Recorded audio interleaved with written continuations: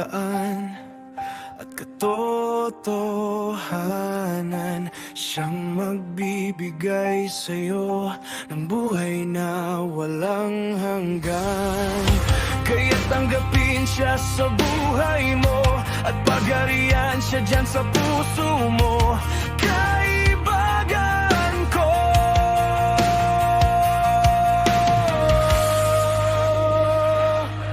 ngayon ang araw on pagbabago. Ngayon na upang ika'y magbago, pagkat si Kristo'y naghihintay sa'yo.